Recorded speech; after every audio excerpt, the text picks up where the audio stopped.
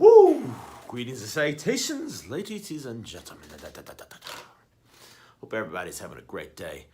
I by no means am a relationship expert, okay? But I do know a few things about a few things. And one thing that I do know is this. If you don't love yourself in an energetic space, if you haven't learned how to love yourself, have compassion for yourself, have self-forgiveness for yourself, you're going to be chasing after people who don't have forgiveness, do not have compassion, do not have love for you.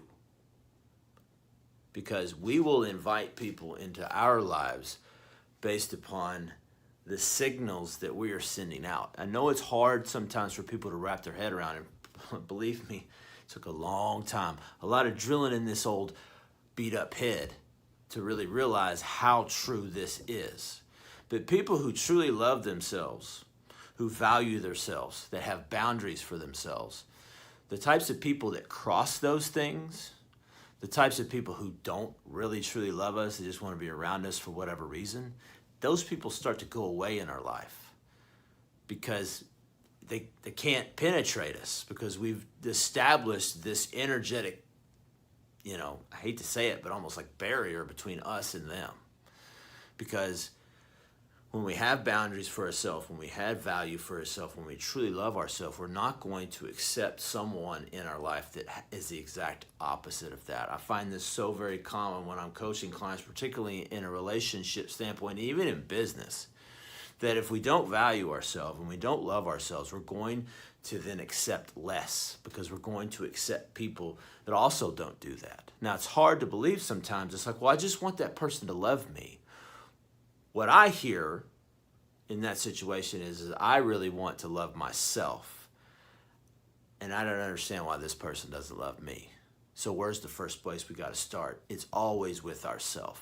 Society teaches us this bullshit model that looking at ourselves is like selfish. It's complete bullshit.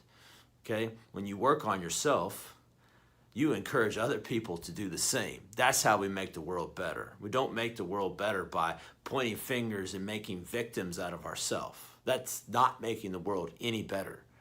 But when we take responsibility for our actions, we understand why we're attracting these types of people. And it doesn't have to be intimate relationships. It could be business relationships. It could be platonic relationships. It could be relationships that we have with family members. But at the end of the day, when we start to value ourselves more, you'll start to realize that, you know what? I'm attracting more valuable people in my life who also value me, who also love me for me. Very simple process, very difficult to employ based upon our social conditioning. But when you really start to realize who you are, and I ask this question a lot, particularly in a setting where I'm dealing with clients who are trying to heal from traumas, is who are you? Who do you see yourself to be? Because who you see yourself to be, who you truly are, and what the world sees you to be sometimes can be three different things. And that isn't creating a state of alignment. Okay, we hear that word a lot. I think it gets thrown out way too much, but it is true as it relates to how we are aligned. Are we the same person? Are we being who we are? Or are we entering into a situation where energetically we're trying to get people to like us, and we realize we're attracting these people that just don't give a shit, right? For whatever reason. That story only tells more about them than it does about you. Hard to believe, but that's the truth. It's not about you, it's about them. Just like in this situation, it's not about them, it's about you. Learning to love ourselves. How do we do that? Well, no one teaches us that shit. You don't get that in elementary, middle school, and high school. Don't get that in college either. Who are you? What do you bring into this world? What are the great attributes that you bring? What is your values? What do you value? What do you value in a relationship from someone else, no matter the relationship? What are your boundaries? Starting there and understanding that when you start to be ironclad with those things, you're going to attract better people into your life. Your life is going to exponentially become better. Why? Because you looked in first. You didn't look out. You weren't searching for someone else to try to complete you.